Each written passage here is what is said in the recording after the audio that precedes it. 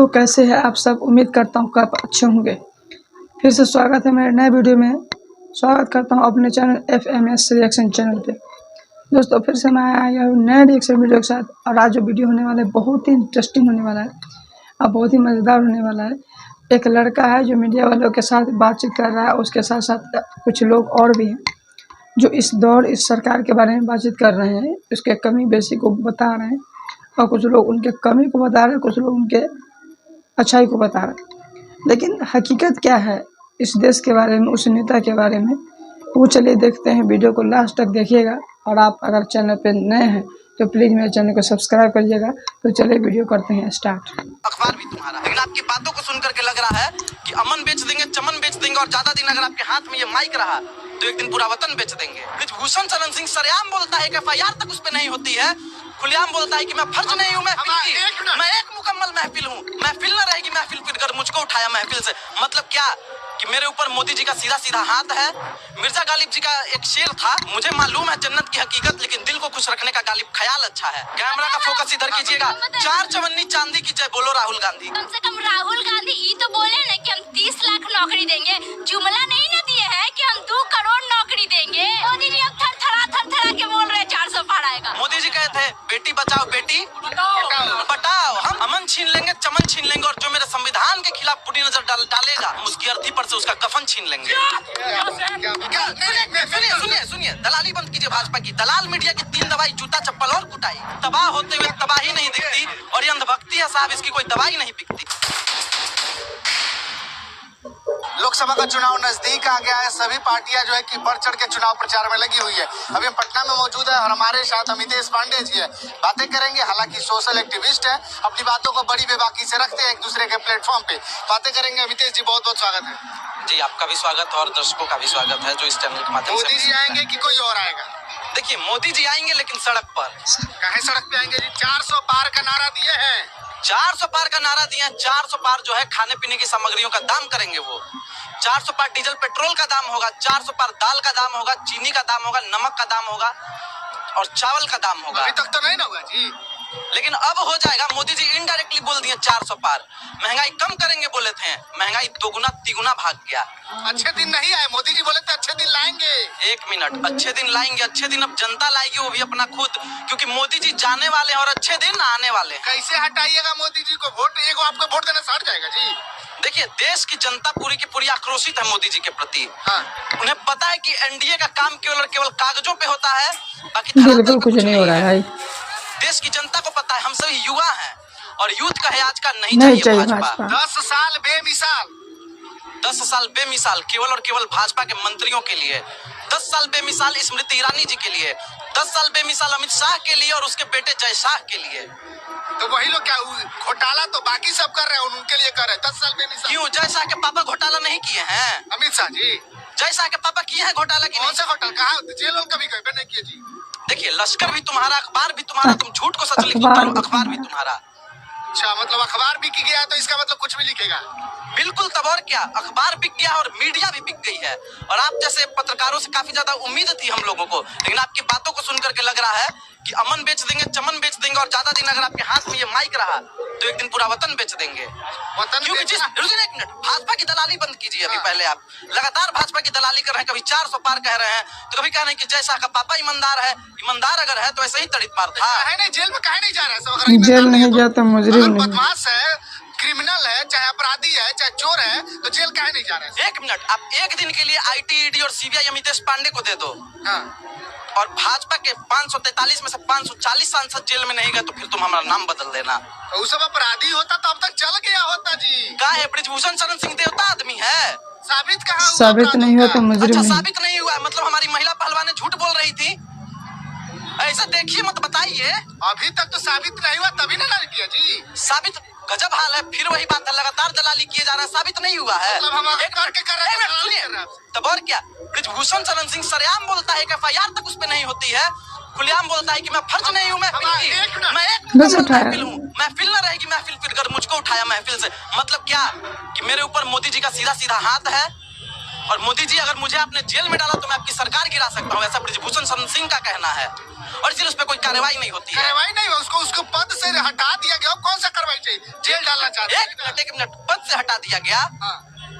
विश्व कुश्ती संघ का अध्यक्ष था ब्रिजभूषण शरण सिंह, पद पे हटाना जरूरी था और भाजपा की मजबूरी थी, क्योंकि जनता भी जान रही थी और भाजपा को भी पता था और आपको भी पता है कि सच्चाई क्या है।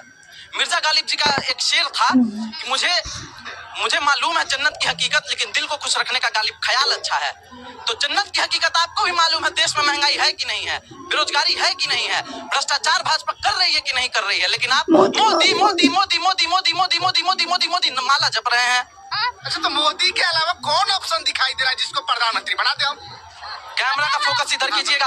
4 चवन्नी चांदी की जय बोलो राहुल गांधी की। राहुल गांधी की, बिल्कुल। अब ये बताइए, राहुल गांधी आएंगे तो क्या महंगाई कम हो जाएगी? जो पेट्रोल का दाम 100 है क्या 60 आ जाएगा? चावल 60 है क्या 20 आ जाएगा? बोलते कम से कम राहुल गांधी ये तो बोले ना कि हम 30 लाख नौकरी देंगे, जुमला नहीं ना दिए हैं कि हम 2 करोड़ नौकरी देंगे।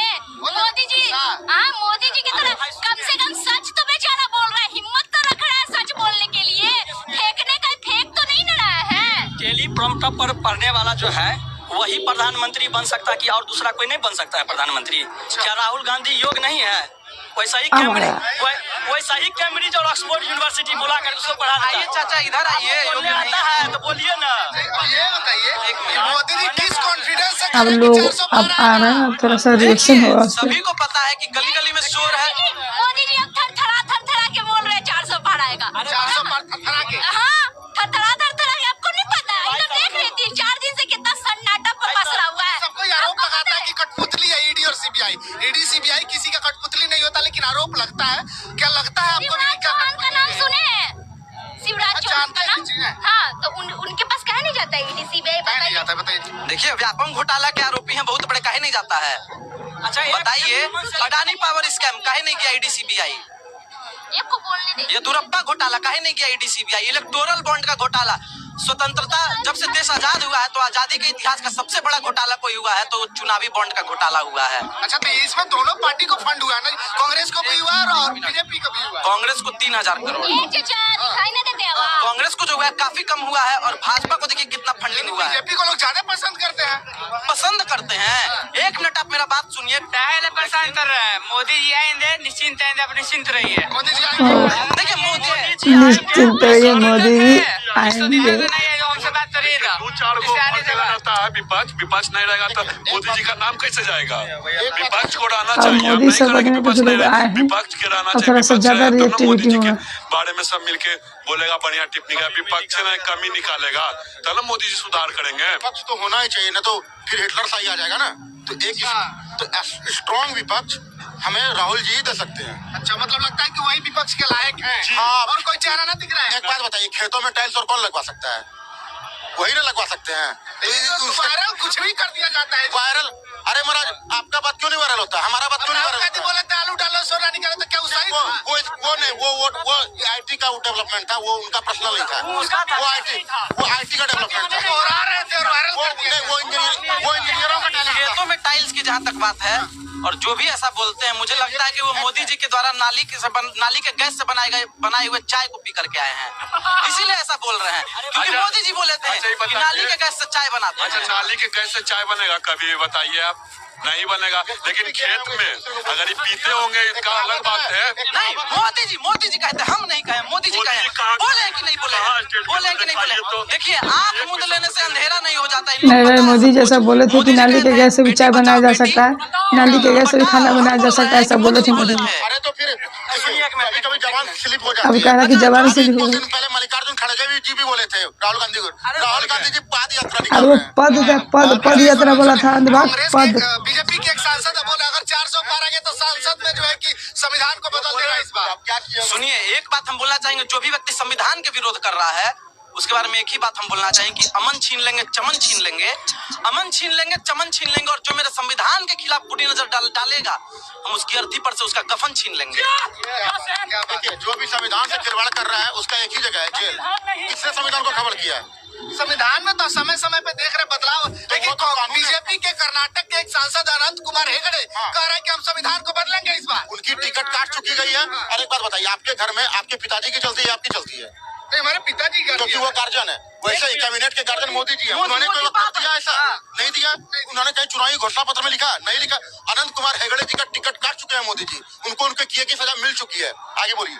एक मिनट, किए की सजा मिली है या नहीं मिली है, लेकिन भाजपा को उसके किए की सजा मिलेगी, क्योंकि अनंत कुमार हेगड़े भाजपा के सांसद हैं और भाजपाइयों लेकिन टिकट कट गया उनका, टिकट नहीं मिला। आप जाके गूगल पे चेक कर लो। प्रकार के बयान देना क्या लगता है कि बीजेपी का ये भविष्य में काम करेगा? एक बात बताइए, आपके घर में आपका चलेगा, आपके पिताजी का चलेगा?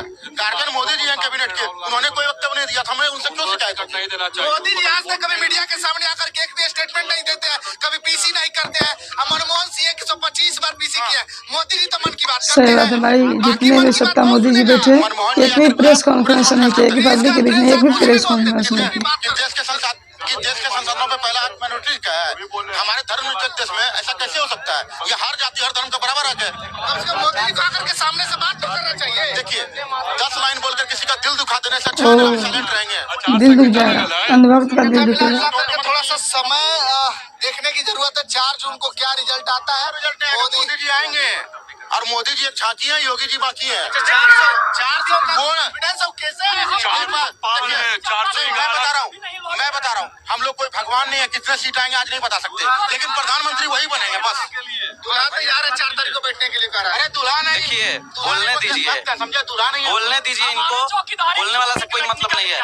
गली गली में शोर है, चौकीदार चंदा चोर है, गली गली चोर है, ऐसे चोर है। इलेक्टोरल बॉन्ड का घोटाला आपको नहीं पता है? भाई इलेक्ट्रो बॉन्ड बहुत बड़ा घोटाला हुआ है इस देश के लिए, बहुत बड़ा घोटाला हुआ है। लोग समझ नहीं पा रहा है, लोग को इतनी नॉलेज नहीं है। सपोर्ट नहीं की थी, उसके विरोध में बोली थी, फिर भी जो है। अच्छा आप एक बात बताइए, आपको पता होगा कोविड शील्ड जो था वो एक सीरम बनाने वाली कंपनी थी, उसको भाजपा ने दिया और उसने भाजपा को चंदा दिया। और मोदी सीरम बनाने वाली कंपनी कुछ और नहीं बना सकती अगर उसको जानकारी बढ़ जाए किसी। सुनिए, दलाली बंद कीजिए भाजपा की। दलाल मीडिया की 3 दवाई, जूता चप्पल और कुटाई। आप पहले बात सुनिए मेरा, पहले बात सुनिए मेरा। आप कह रहे हैं कि सीरम बनाने वाला कंपनी वैक्सीन नहीं बना सकता है। मोरबी पुल हादसा आपको याद है कि नहीं है? सब पता है, पता है ना? आपको पता है जो मोरबी पुल बनाई थी कंपनी, क्या बनाती थी पहले बताइए? क्या बनाती थी बताइए? घड़ी बनाती थी। और जब एक घड़ी बनाने वाली कंपनी को पुल बनाने का ठेका दिया जाएगा तो पुल गिरेगा ही। अब हमको और आप बोल रहे हैं कोई कंपनी के बाइक बनाती है तो क्या कार नहीं बना सकती? 1 मिनट, बाइक और कार आप कह रहे हैं? कोई बड़ा चीज नहीं बना सकता है। 1 मिनट, अगर आपको प्रयोग करना हो तो आप जनता के साथ प्रयोग कीजिएगा। कितने लोग मर गए पुल गिरा तो आपको जानकारी होगा इस बात का। क्या कह रहे थे? एपीजे अब्दुल कलाम साहब के पिताजी नाव चलाते थे, वो राष्ट्रपति बन गए, तो ये क्या घड़ी बनाने वाले ठेकेदार नहीं बन सकते हैं? ये क्या बात हुई? हम चाय बेचने वाले को प्रधानमंत्री बना सकते हैं। अब मुझे लगता है, देखिए देश के युवाओं के लिए जितना खराब बीड़ी सिगरेट दारू गुटखा तंबाकू नहीं है, उससे ज्यादा भाजपा है। क्योंकि अब ये इस चीज में अंतर नहीं समझ पा रहे हैं कि घड़ी बनाने वाली कंपनी को पुल बनाने का ठेका दिया गया तो पुल गिर गया और उस पुल के गिरने से सैकड़ों लोगों की जान गई, फिर भी मोदी मोदी मोदी मोदी माला जप रहे हैं। सुल्तानगंज में निर्माणाधीन पुल गिर गई, उसके बारे में विचार लीजिए। उनसे बता रहे हैं निर्माणाधीन पुल गिरा। जब पुल बनने का ये प्रस्ताव पारित हुआ था उसमें पथ निर्माण मंत्री कौन थे? हमारे भाजपा के थे और बांकीपुर के विधायक थे। और अभी जब पुल गिरा है उस समय कौन है पथ निर्माण मंत्री? भाजपा के ही विधायक हैं। बीच में कौन थे? बीच में जब पुल अभी गिरा है उस समय यहाँ पर नीतीश जी मुख्यमंत्री थे और उनको कांग्रेस और राष्ट्रीय जनता दल का समर्थन प्राप्त था। किनको? जिस समय अभी हुआ था ना उसमें नीतीश जी मुख्यमंत्री थे, उनको कांग्रेस और राष्ट्रीय जनता दल का समर्थन प्राप्त था। सुनिए, बिहार में आखिर सब पुल गिर काहे रहा है, इसके पीछे का क्या वजह है? अभी सिंपल सी बात, जब तक हम अपने घर को स्ट्रांग नहीं करेंगे, हम देश के मुद्दों पे बात करते हैं बट अपने घर के मुद्दे को कभी बात नहीं करते हैं। हमारे प्रखंड में क्या हो रहा है वो बात नहीं करते। हम राम मंदिर जरूर बात करते हैं, अदर स्टेट की बात करते हैं, बट हम अपने घर को ध्यान नहीं देते। हमारे घर में पुल क्यों गिर रहा है? उस पर हम लोग डिबेट करें तो ज्यादा बेटर है। 400 पार, बिहार में 40 की बात करते हैं, 400 पार की बात नहीं कीजिए। 40 में से कितनी आएगी वो बात कीजिए। 40 पार होगा कि नहीं आप भी एग्री करते हैं, 40 पार हो, 400 पार होगी। बट ये देखिए कि हम 40 में कितना दे रहे हैं। हम अपने बिहार की बात कर रहे हैं, हमारे यहाँ 40 दिया गया था पिछले अगली बार एक सेकंड एक और 40 दिया जाएगा। मैं बीजेपी समर्थन हूँ, बट एक बात और कहना चाहता हूँ, जहाँ 26 सीट गुजरात में है वहाँ कितना फंड मिला, 40 सीट।